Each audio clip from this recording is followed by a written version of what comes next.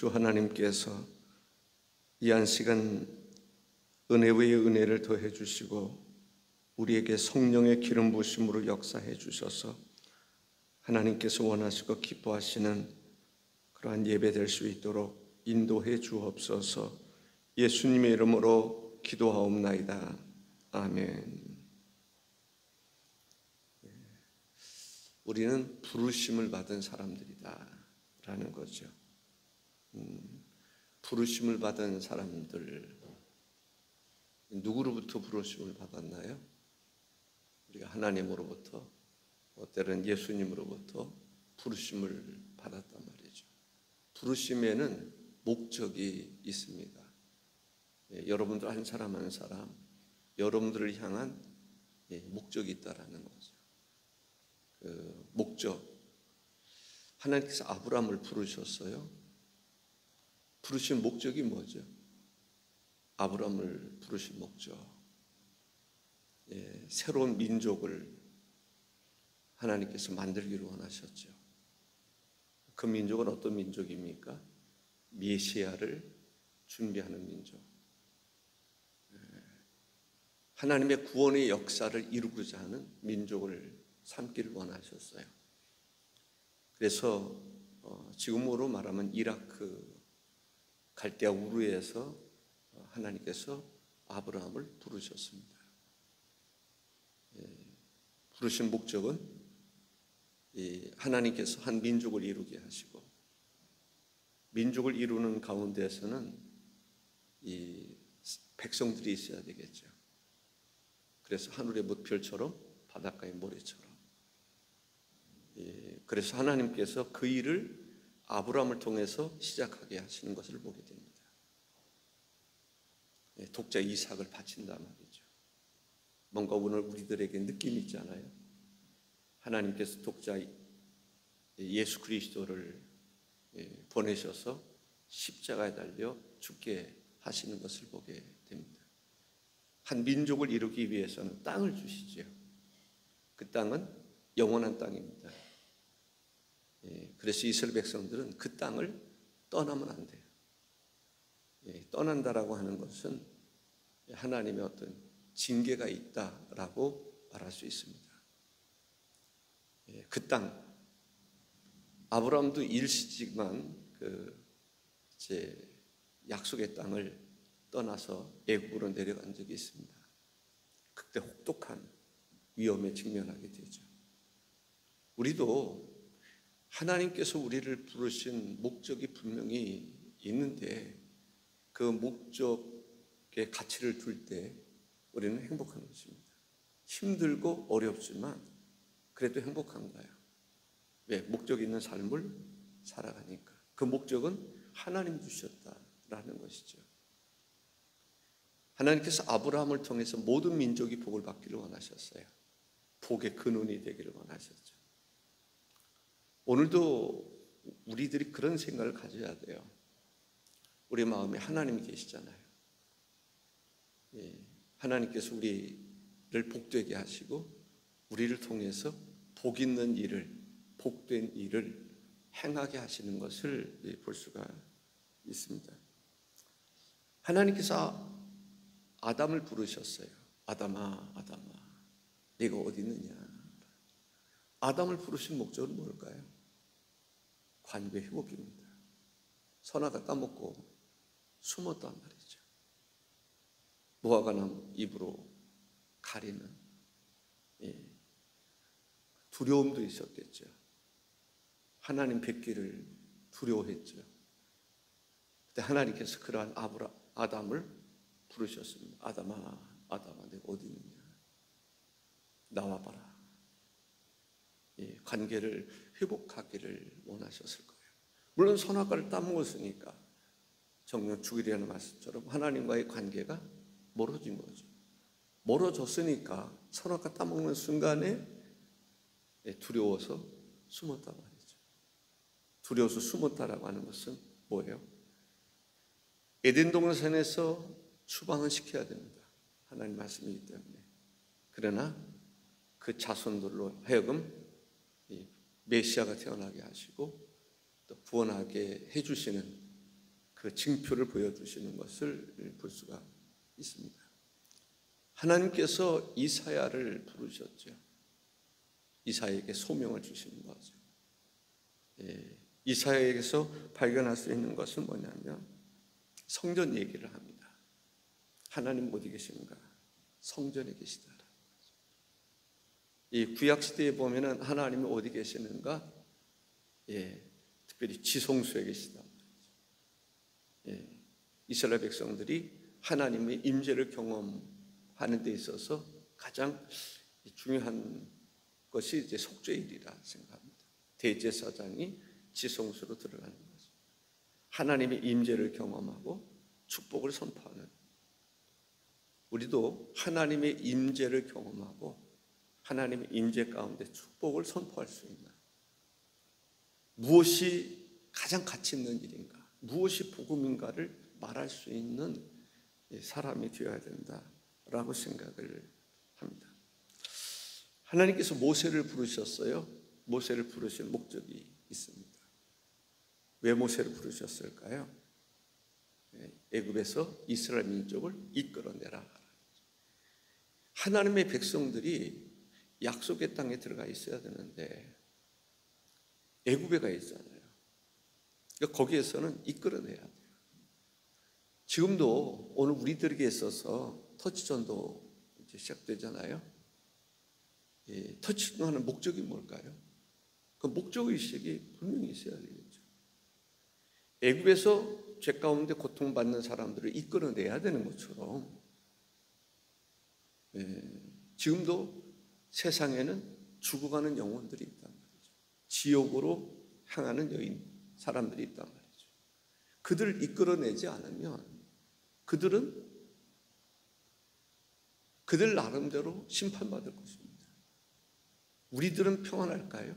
하나님 앞에 책망받을 거예요. 책만 받더라도 구원 받았으면 되지 뭐. 그런 생각을 갖는다면 하나님의 마음을 모르는 사람이죠. 우리가 하나님의 마음을 헤아릴 수 있는, 하나님의 마음이 내 안에 있어야 돼요. 아멘이십니까? 하나님 마음이 내 안에 있어야 돼요. 그래야 영원 사랑하는 마음도 생기고 교회를 위해서 희생할 수 있는 거죠. 예수님이 교회의 머리가 되시는 것은 교회를 위해서 십자가 지신 거예요.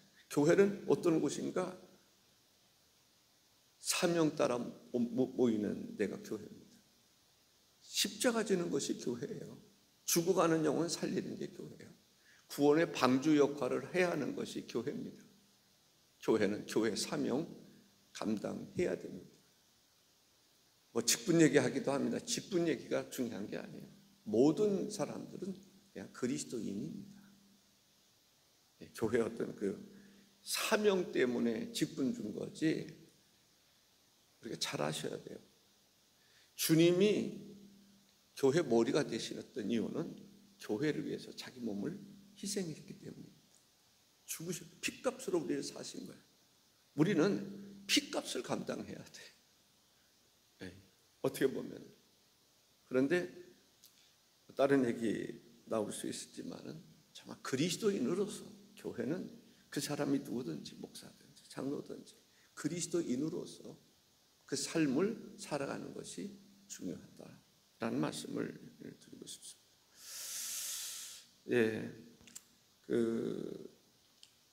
이사야를 부르셨을 때 성전 얘기를 하면서 내가 죄인이다라는 거죠. 화로다.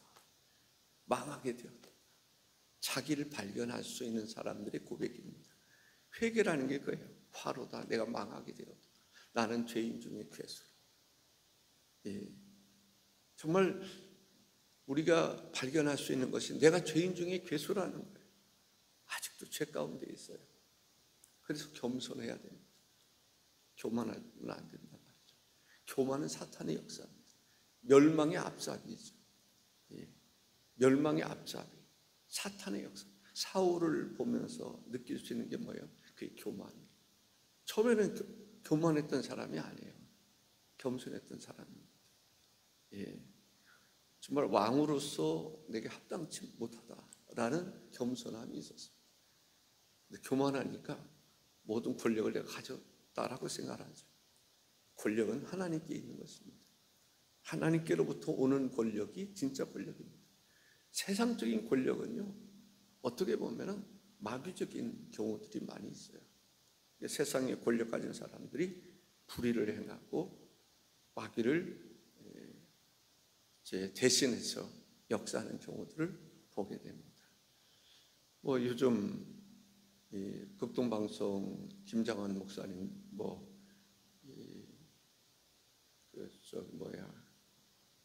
검찰 이렇게 들어와가지고 다 조사하는 거 있잖아요. 목사님들 여기도 순복음교회 목사님 지금 목회자들이 이제 수사의 대상에 오르고 예전에는 감히 그렇게 하지 못했던 그런 탄압이라든지 그렇게 보는 경우들이 많습니다. 그 사람들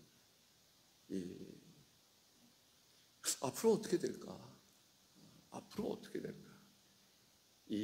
자칫 잘못하면 이런저런 일로 엮여가지고 교회를 일제시대처럼 탄압하지 않을까?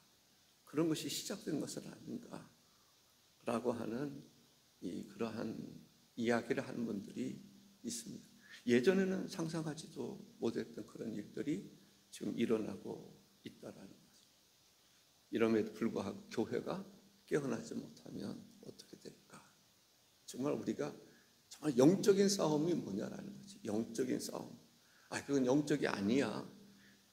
그럴까요? 초대교회 기독교인들이 핍박을 하고 그런 것이 영적인 일이 아닐까요? 저는 영적인 일이라고 생각을 합니다.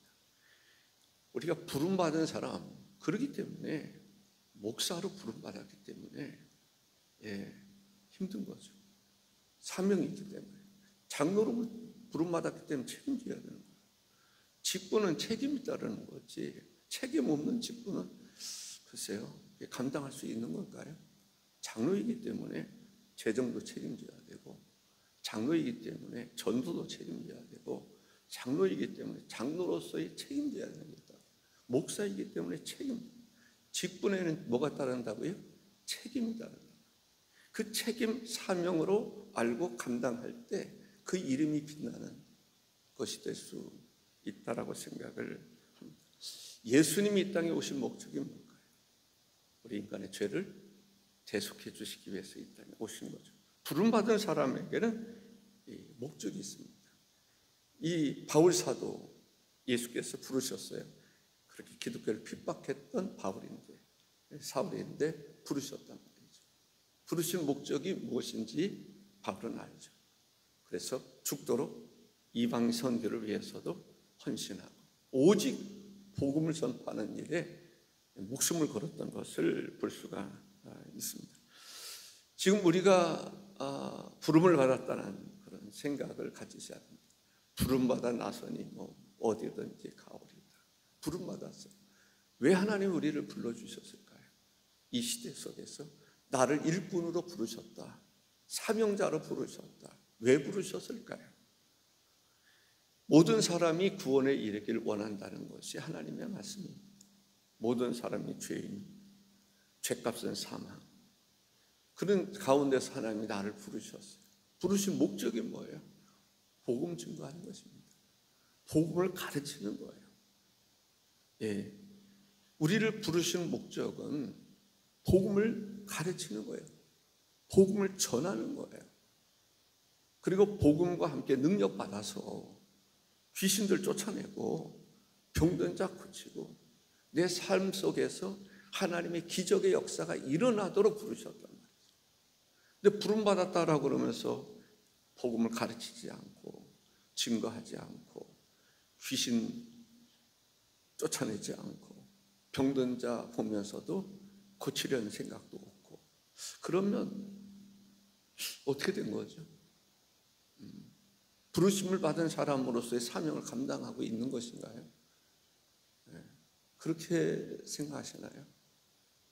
예수님께서 우리를 부르셨단 말이죠. 저는 이제 말씀을 증거하다 보면 이런 생각이 들 때가 정신 바짝 차려야 된다라는 생각이 들 때가 있어요.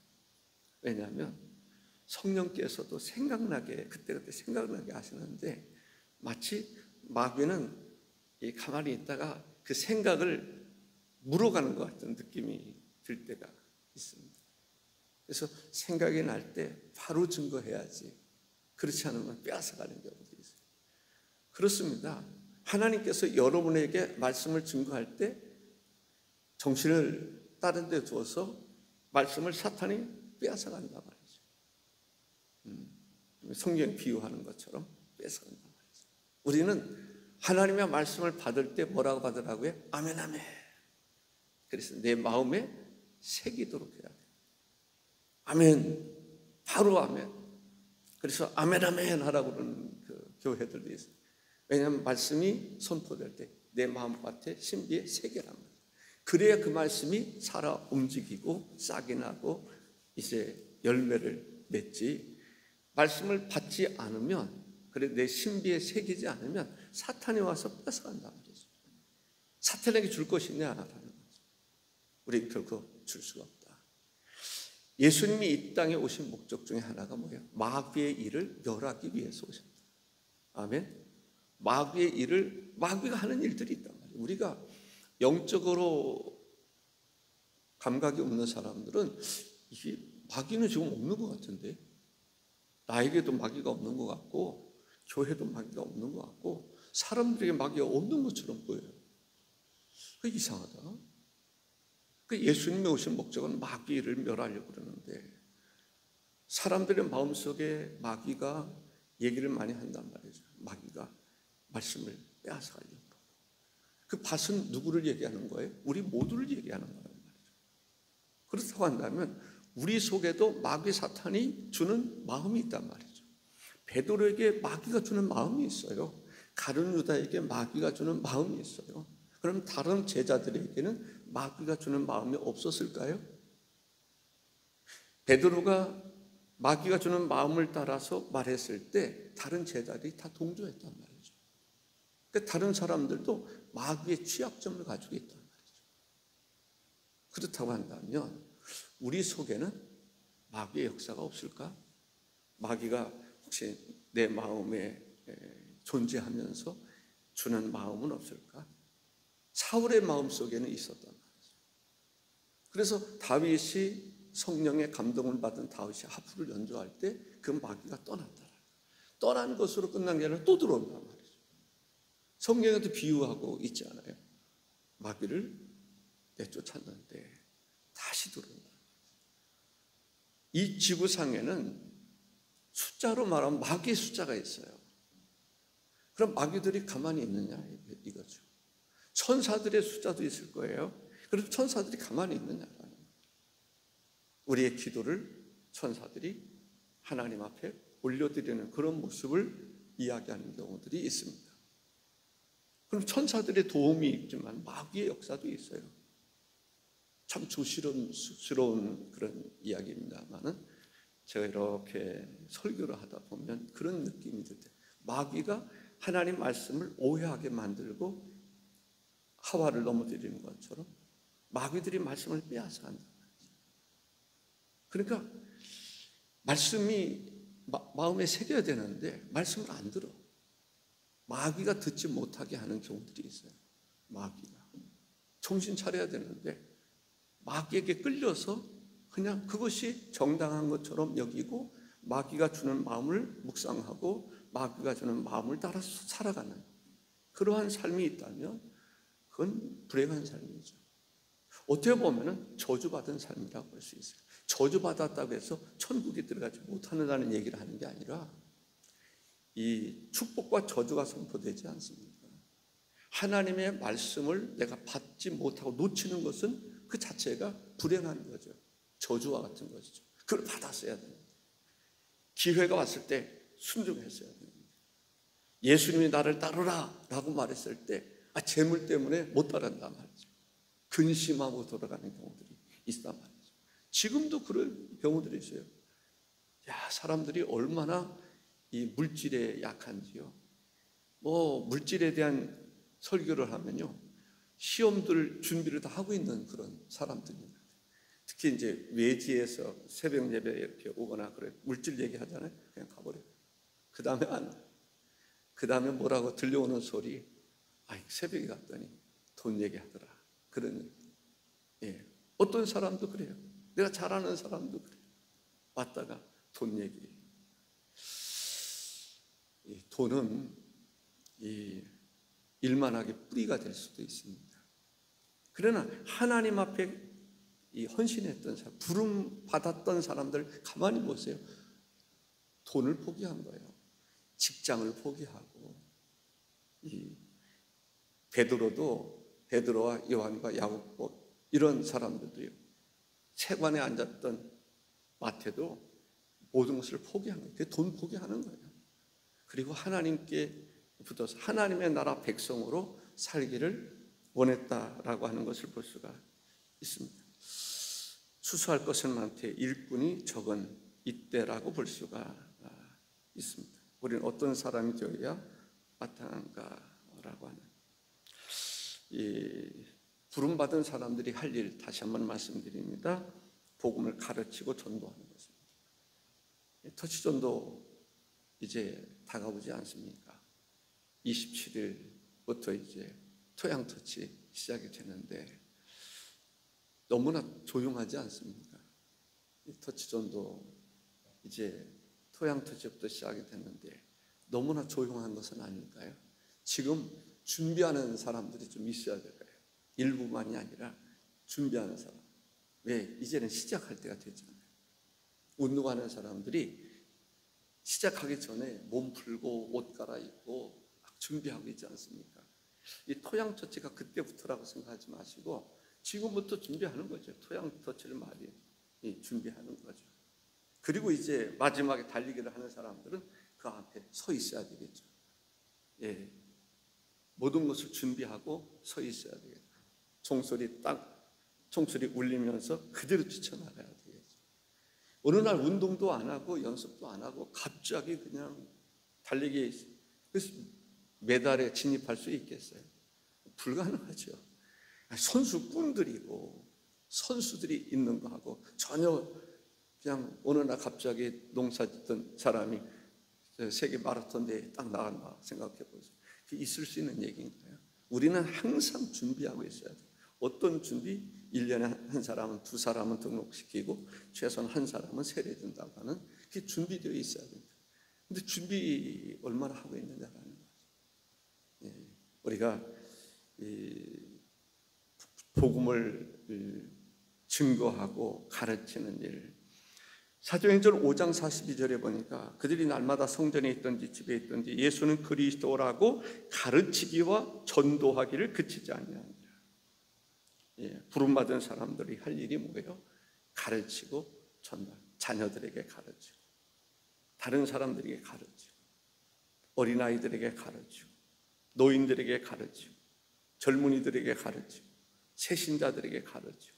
우리는 가르치는 일을 하고, 여러분들 가르치는 일을 얼마나 하고 있을까요? 정말 부름받은 사람으로서 가르치는 일에 얼마나 힘쓰고 있을까요? 또 전도하는 일에는 얼마나 힘쓰고 있을까요? 한번 자기 평가를 해볼 필요도 있습니다. 몇 점? 달성으로 말하면 어느 정도 달성하고 있을까? 예. 그 다음에 뭐예요? 병든 자를 고치라. 안전뱅이를 일으키고. 예수님, 근데 병든 사람들을 고칠 수 있는 사람은 어떤 사람이에요? 성령의 불받은 사람들. 성령의 불받은 사람들이 능력을 따라서 하나님 자녀가 되는 권세도 가지고 병을 고치는 거죠. 그러니까 성령의 능력이 나에게 있는지 없는지를 우리가 여러 가지로 평가할 수 있습니다. 나는 정말 성령에 따라서 감동에 따라 전도하고 있는가? 성령 받지 않은 사람들은 전도하기가 어렵겠죠. 나는 성령의 불 받고 있느냐라는 거죠. 내 안에 불처럼 일어나는 성령님의 역사가 있느냐라는 거죠. 예. 물에 비유한다면 강물처럼 생수가 솟아나는 그러한 역사가 내 속에 일어나고 있느냐. 성령의 그 얘기는 성령의 불 받았느냐, 성령 받았느냐라는 거죠. 그 성령도 안 받았는데도 받은 것처럼 착각하고 살아가니까 성령의 역사하심이 안 나타나는 거죠. 성령의 역사하심이 안 나타나면 나에게 에너지가 없구나, 성령님의 역사가 없구나, 이걸 깨닫고 정신 바짝 차리고 그래야 되는데, 그런 사람들은 성령은 없고 말씀은 없고 인간적인 생각으로만 살아가요. 교회는 인간적인 생각이 교회를 주도하면 그 교회는 성령이 떠난 교회죠. 성령이 떠난, 우리는 영적인 그런 분별력이 있어야 되는데, 예를 들어서 교회가 있는데 성령은 떠났고 사람만 있다, 그런 교회가 아니죠. 그 일반 집단 모임과 다를 바가 없는 거죠. 교회는 성령으로부터 시작된 거죠. 교회는 성령의 불받은 사람들, 성령의 능력받은 사람들, 성령 받은 사람들에 의해서 시작되는 것입니다. 그러나 성령도 알지도 못하고 그냥 듣긴 들었는데 진짜 성령을 경험하지 못했단 말이죠. 안다라고 하는 것은 경험을 얘기하는 건데 성령 경험이 없단 말이죠. 우리가 하루하루를 살아갈 때, 일주일을 살아갈 때 모이면 만나서 이야기할 수 있을 거예요. 성령이 우리에게 어떻게 역사하셨고, 우리는 성령을 쫓아 얼마나 살아갔는가, 성령을 따라 얼마나 살아갔는가, 그 이야기를 할 수 있어야 되는데, 성령 없이 살아갔던 사람들은 그런 얘기할 이야기거리가 없는 거죠. 우리는 성령의 충만함을 받아서 내 안에 정말 성령이 말하게 하심을 따라 말하고 가르치고 전도하고 봉사하고 헌신하고, 이런 것들이 중요하다라고 생각을 합니다. 우리가 부름받은 사람으로서 이렇게 살아가려면 대가가 필요한 것을 볼 수 있어요. 부름받은 사람과 안 받은 사람 차이가 뭐예요? 대가를 지불할 수 있는 사람. 부름받은 사람은요, 대가를 따라요. 그래야 상급도 있는 거죠. 예를 들어서 어떤 일꾼으로 부름을 받았다, 그랬을 때는 항상 대가가 있어요. 하루 일하면 일당이 얼마다, 그거 없이 일하는 사람들이 있을까요? 근데 일을 안 하고 놀았는데 임금을 달라고 그럴 수 있을까요? 그것은 성경적이지 않습니다. 노주위원장이 됐든 노주가 일도 안 하는데 주인에게 유익도 끼치지 않은데 보수 달라, 이건 공산주의 같은 거예요. 성경과는 상관없어요. 그러면 우리는 성경의 기초에서 일하기 싫어하는 사람은 먹지도 않아요. 그럼 성경의 기초에서 볼 수 있어야 되는데, 기독교인들조차도 어떤 노주 해가지고 대문화할 줄 알지, 오히려 주인에게 유익을 끼치지 않는 일을 하면서 해를 끼치는 일을 하면서 거기에 가치를 두면 안 돼요. 가치라고 하는 것이 복음에 합당한 가치를 이야기할 수 있어야지, 복음과 상관없는 그런 것에 가치를 두면 하나님 보실 때는 잘못된 거라고 말할 수가 있어요. 우리가 성경이 내 속에서 나를 가르치고 성경의 가르침을 받을 수 있는, 복음의 진짜 의미가 무엇인가를 깨닫는, 그것은 성령 받을 때 가능한 거죠. 성령의 역사에 의해서 내가 성령의 가르침을 받고 감동을 따라서 일하고 순종하고 살아가는 것이 중요한데, 예수님도 교회의 머리가 되시는, 교회의 주가 되시는 예수님도 희생 가치가 있었단 말이죠. 오늘 우리들에게 있어서도 이건 강요에 의해서 가르친다고 되는 것도 아니지만 성령의 감동이 있어야 된단 말이죠. 말씀을 들었을 때 그렇습니다, 말씀이 옳습니다, 내가 반응할 때마다 그것이 내 것이 되기도 하고 내 것이 아닐 수도 있단 말이죠. 씨를 뿌리는데 내 것이 될 수도 있고 내 것이 아닐 수도 있어요. 여기에 예배를 드리는 데 있어서도 사탄이 계속 그것을 빼앗아 가면요, 오히려 은혜 받을 자리에 와서 은혜 못 받고 가는 경우들이 있을 수 있습니다. 우리 그리스도인들의 덕목에 대해서 이야기할 때 에베소 4장 2절에 보니까 모든 겸손과 온유를 하고 오래 참음으로 사랑 가운데서 서로 용납하고 평안에 매는 줄로 성령의 하나 되게 하신 것을 힘써 지켜라. 겸손하라라고 얘기합니다. 겸손. 예수님이 나는 마음이 온유하고 뭐라고 해요? 겸손하니. 예수님에게서 우리 구원받은 사람들의 성품은 부름받아 나선 이 몸, 부름받은 사람들의 성품은 어떠해야 되는가? 온유해야 된다. 예, 온유하다. 성령의 9가지 열매 가운데 하나가 온유입니다. 오래 참아야 된다. 사랑의 그 동목 중에 하나가 오래 참는 것입니다. 오래 참는 것. 예, 오래 참는 것. 불의에도 오래 참고. 그래서 분노하지 아니하고. 이 분노 폭발. 분노는 어디서부터 오나? 오래 참지 못하는 데서 온다. 참아야 되는데 참지 못하고 막 분노. 이 성품 중에서 우리가 온유해야 되는데 그렇지 못하면 분노 폭발이 일어나는 경우들을 볼 수 있습니다. 내 삶 속에서 혹시 분노 폭발은 안 일어나는가? 가정이 됐든지 직장이 됐든지 어떤 사업이 됐든지 내 삶 속에서 영적인 면에서, 특히 영적인 면에서 분노 폭발한 건 성령이 기뻐하지 않는, 성령의 지배 속에 없는, 성령의 지배 속에 있다라고 하는 것은 분노가 아니라 온유함이죠. 참고 또 기다리고 그런 것이죠.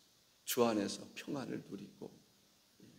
우리가 회개운동이라고 하는 것이 성령께서 감동을 주셔서 나를 살피시고 성령이 우리를 깨닫게 하는 거죠. 회개라고 하는 것은 죄가 무엇인가를 알 때 회개가 된단 말이죠. 근데 죄가 무엇인지를 어떻게 하냐? 말씀을 들을 때 그때 깨달음이 오면 그걸 내부에 뒀다가 그걸 회개하는 거죠. 성령이 우리에게 감동을 주셨을 때 그 감동을 따라서 회개하는 거죠. 그리고 회개할 때는 성령께서 회개할 때는 감동을 주셔서 정말 울면서 회개하고, 그리고 회개의 열매를 맺게 하고. 회개는 늘 하는데 열매가 없어요. 중요한 것은 회개는 회개로 끝나지 말고 아름다운 열매를 맺을 수 있는, 열매 없는 삶을 회개하고 이제는 열매를 맺고 살아가는 삶으로 옮겨지는 것이 진정한 회개다라고 말할 수가 있습니다. 오래 참는 것, 오래 참는 것. 아까 오래 참는 것에 대한 얘기를 좀 하다 보니까, 그리고 서로 용납하는 거라고 하는 거죠. 용서하는 것, 용납하는 것, 평안에 매는 줄로 하나가 되는 것. 우리가 어떻게 연합할 수 있을까? 평안에 매는 줄로 연합할 수 있다라는 거죠. 교회는 예수 그리스도 안에서 예수 그리스도가 주는 평안함이 있어요. 평안할 때 하나가 될 수 있는 거예요. 연합이 될 수 있는 거예요. 우리가 전도에 대한 얘기를 할 때도 말씀을 아멘으로 받으면 평안이 있습니다. 우리가 교회를 바르게 세우자 회개운동이 일어날 때도 서로 마음이 맞으면 평안할 수 있습니다. 평안이 없으면요 하나가 될 수가 없어요. 이 사람 저 사람 평안이 없으니까 서로 대립이 일어나고 그런 경우들이 많이 있습니다. 그리스도 안에 사랑에 매는 줄로 하나 되기 위해서는 우리가 평안함이 있어요. 무슨 일을 하더라도 평안함. 전도, 봉사, 수련회 모든 일에 평안함이 있어야 되겠다라는 생각을 합니다. 평안이라고 하는 줄로 하나 될 수 있는 것이죠.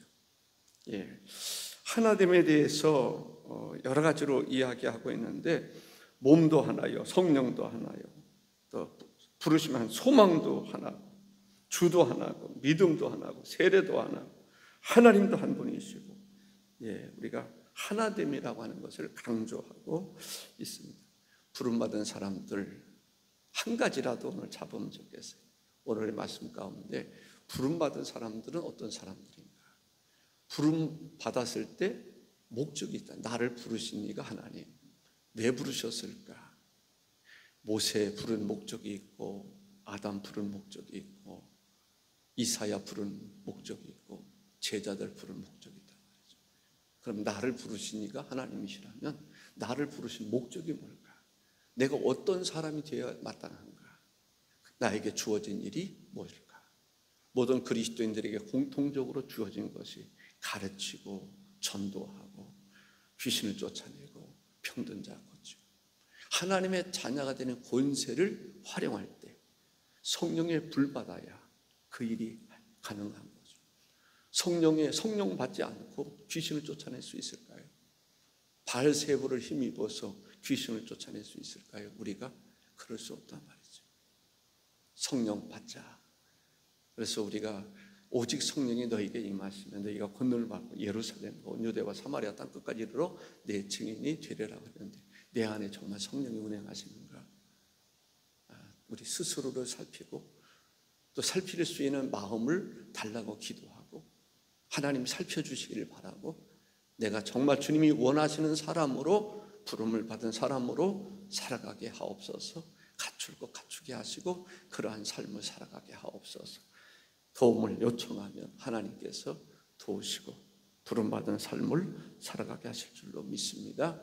기도하겠습니다. 주 하나님 아버지 감사합니다. 오늘도 우리와 함께 해주시는 하나님 감사합니다. 때로는 두서없이 말씀을 전한 것 같지만 그 말씀 속에서도 우리가 꼭 들어야 될 말씀이 있으리라고 믿습니다. 하나님 말씀과 더불어 오늘도 행복한 하루가 되기를 원하옵고 예수님의 이름으로 기도하옵나이다. 아멘.